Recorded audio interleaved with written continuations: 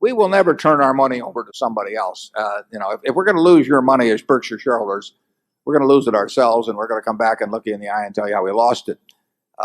We are not going to say this game is too tough, so we'll give our money to somebody else. You can give your money to somebody else, and you don't need the intermediaries of me and Charlie to do it for you. So we get approached all the time. I had a call, within the last couple of days on something you know very well about participating in some fund. Or they always have, it's always stage 1, stage 2, stage 3, and the idea is we get some more people to come in later at twice the price, and maybe the fact that our name is involved in it will cause people to pay even more and all of that sort of thing. We're not in that game, and we're not going to turn the money over to someone else to manage. It's your money.